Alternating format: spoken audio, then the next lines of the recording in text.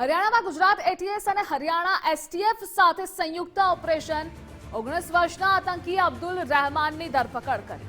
પકડાયેલો આતંકી ઉત્તર પ્રદેશના ફૈઝાબાદનો રહેવાસી છે। ઉત્તર પ્રદેશથી હેન્ડ ગ્રેનેડ પણ મળી આવ્યા। સેન્ટ્રલ એજન્સીના ઇનપુટ્સના આધારે બે આતંકીઓની શોધખોળ કરી રહી હતી। બેમાંથી એક આતંકીને પકડવામાં મોટી સફળતા મળી છે। પકડાયેલો આરોપી સોશિયલ મીડિયાથી આતંકી સંગઠન સાથે જોડાયેલો હતો। અને આ મુદ્દે સંવાદદાતા અર્પિત જોડાયેલા છે। અર્પિત, હરિયાણામાં ગુજરાત એટીએસ અને હરિયાણા એસટીએફ સાથે સંયુક્ત ઓપરેશન તેઓએ પાર પાડ્યું છે। આ ઓપરેશનની વિગતો જણાવશો।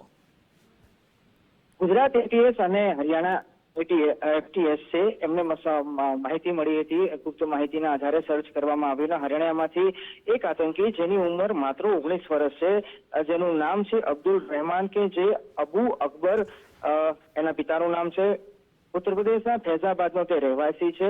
એની શંકાસ્પદ ગતિવિધિ ધ્યાને આવી હતી અને શંકાસ્પદ ગતિવિધિના આધારે હ્યુમન સોર્સિસ અને ટેકનિકલ એનાલિસિસ કરવામાં આવ્યું અને પૂરતી વિગતો મેળવી અને જે આરોપી છે આતંકી સંદિગ્ધ આતંકી ગતિવિધિ કરતો હોય એ પ્રકારની માહિતી સામે આવી હતી। એના આધારે એની અટક કરવામાં આવી છે।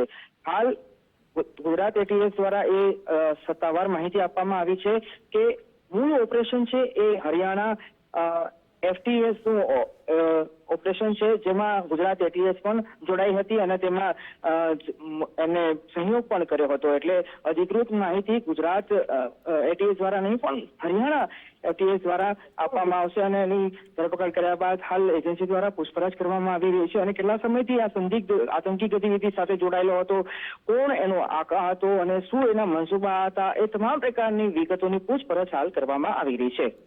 જી અર્પિત, જોડાવા બદલ આભાર આપનો।